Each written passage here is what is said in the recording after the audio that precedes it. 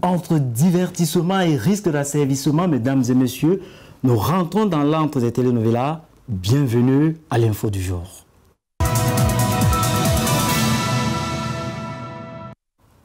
Ils sont des milliers qui se délectent des séries à l'eau de rose. Ces fictions latino qui ont pignon sur rue dans le petit écran ont conquis le cœur des hommes, mais surtout des femmes. Voyons quelques raisons de l'attrait des férus de ces téléfilms latino-américains dans ce reportage que nous offre Brindano. De nos jours, les séries à l'eau de rose font partie intégrante de notre quotidien. Elles se sont emparées du petit écran. Les raisons de cet intérêt varient selon les personnes. Certaines trouvent que c'est un bon moyen pour se cultiver. À propos des séries qui passent dans les télés, à mon humble avis, moi c'est instructif. Parce qu'à mon époque, à 73 ans, il n'y avait pas la télé. Mais en ce moment, au jour d'aujourd'hui, la télé nous permet de connaître beaucoup de choses. D'autres instructeurs, par exemple, il y a des séries, on nous montre les traitements, comment nous abstenir dans les aliments que nous consommons. D'autres encore voient à ces séries une source d'inspiration pour une bonne tenue en société. Regarder les séries d'enquête, c'est pour me cultiver. Même quand je viens en social, ça m'aide beaucoup. Par le regard des gens, la façon que quelqu'un se comporte vers moi, ça me cultive quoi, ça me donne les idées, même vivre en social.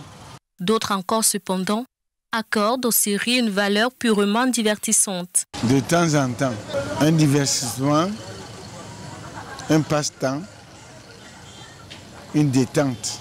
Je regarde les séries, mais beaucoup plus les séries camerounaises quoi.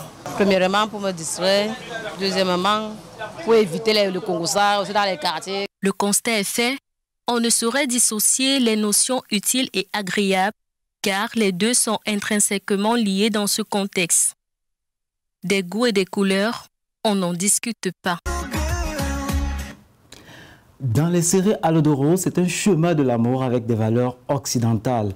Ces derniers ont-ils influencé le chemin africain culturel? Esquisse de réponse avec Blandine Jinka.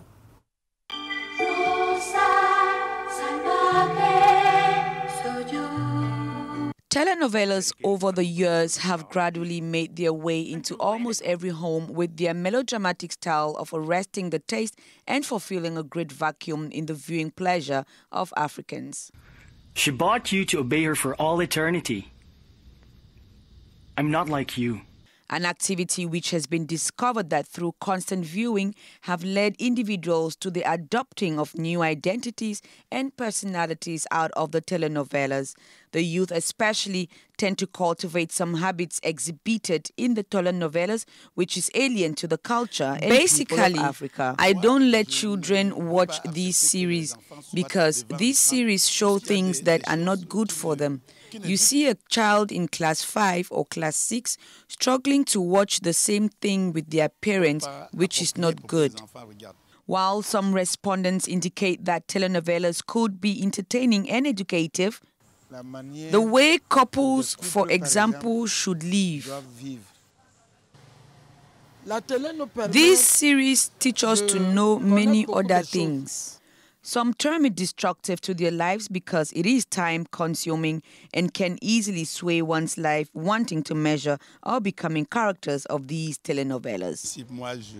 Basically, I don't waste time to watch these series because these series show things that are not good for our culture.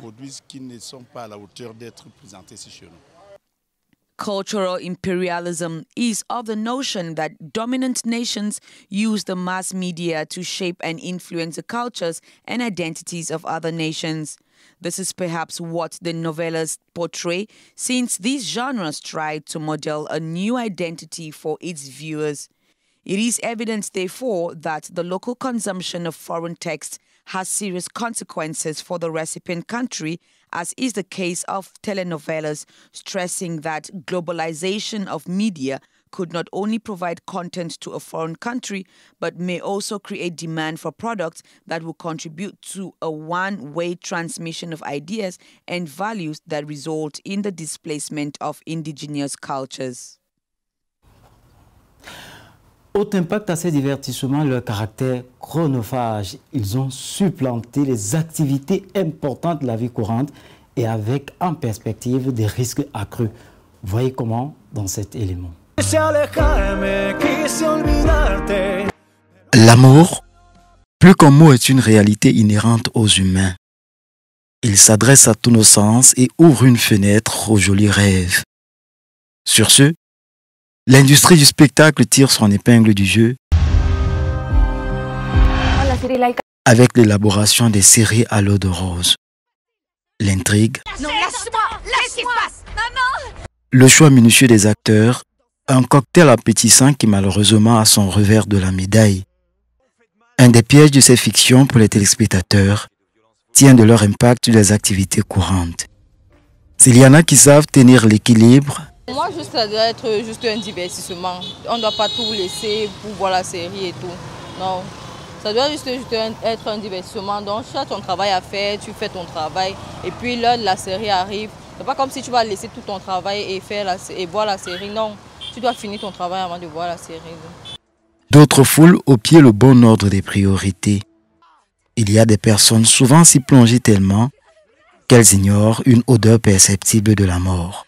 Moi, j'en voulais même à ma fille parce qu'elle a mis la marmite au feu et puis la maman était sortie. Elle était en train de regarder ces chaînes et puis elle a fait. Heureusement, j'étais de passage et puis je suis passé par la cuisine. Je suis allé, j'ai dit mais qu'est-ce qui se passe? Ils ont chuchoté au salon parce qu'elle regardait nos novelas, c'est tout et tout. Donc imagine que si je n'étais pas passé par là, quelque chose, peut-être le pire serait arrivé, on ne sait jamais. Il n'est pas rare dans d'autres cas que les études soient sacrifiées sous l'autel de l'action. Il y a des choses qui n'éduquent pas, oui, qui ne sont pas appropriées pour que les enfants regardent. Mais par mégarde, les enfants sont là, ils jettent des coups d'œil et ils voient des choses qui ne sont pas à leur niveau. Par exemple, les enfants qui font la classe de cours moyenne 2, ils sont là en train de visionner les mêmes images avec leurs parents. Moi, je ne trouve pas ça. Ils perdent la notion de l'école et ils se retrouvent à l'intérieur des films. Aussi bien divertissante que soit ces telenovelas, l'intérêt pour elles requiert d'être balisé, tant c'est le travail qui passe avant le divertissement et surtout de savoir que la fiction est loin de la réalité, fût-elle dans la logique de l'amour. Si les séries à l'eau de rose accrochent certains, d'autres n'accordent que peu ou pas d'intérêt. Voici donc sur ce le regard croisé que fait Joy Ngom. Across Africa, soap operas and novellas have captured the hearts of many, especially women. These shows, often filled with drama, romance and unexpected twists, have become a daily ritual for countless viewers. When I watch telenovelas, I mostly watch investigative series. I have been watching telenovelas since when I was young. For these women, novellas provide not only entertainment, but a form of escape, offering a respite from daily pressures and a chance to unwind. But not everyone shares this enthusiasm. For some, especially men, these shows feel disconnected from their reality or simply fail to capture their interest. For me, I would say it's mainly women who watch telenovelas. We men have our own programs and channels that we watch. I watch sports channels, news, and other local channels. Novelas for me is for my wife and for my daughters. Je prends pas trop de temps pour regarder les séries parce que je constate que dans ces I séries-là, don't watch TV series a lot because I have noticed that most of them have content which should not be shown in our society. In most homes, you don't have two TV sets. Children adapt to watching what they like. S'adaptent à visionner ce qui les intéresse. Alors, quand nous, when les we, doyens, the parents, are home and want to watch these series, we discover that the children are uncomfortable and some children then watch together with their parents. I don't think such movies should be shown when our children are in the living room. These differing perspectives indicate a divide in how Africans engage with these TV dramas. While many see them as a source of joy and relaxation, others question their relevance and prefer to focus on content that speaks more directly to their own experiences.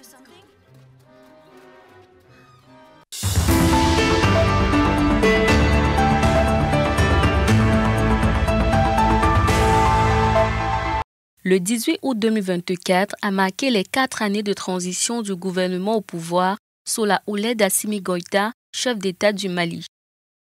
Après donc 4 années de gouvernance, soit du 18 août 2020 au 18 août 2024, les avis sont mitigés quant à la durée de la transition.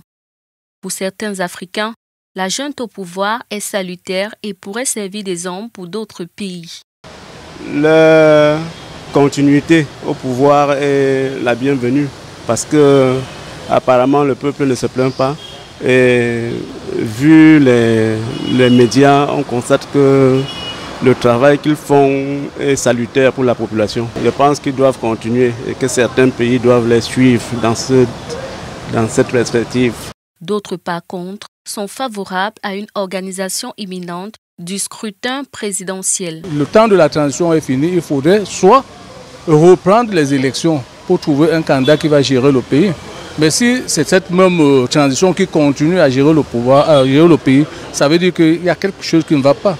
Pour d'autres encore, la gestion du régime malien doit être perçue sur plusieurs aspects, notamment sociopolitiques et économiques. Ça dépend de la situation sociopolitique et économique de ce pays. Il faut regarder la situation sur beaucoup d'angles, sur le plan étatique, sur le plan politique et sur le plan économique pour comprendre ce qui peut bien caractériser le fait que la transition dure aussi longtemps.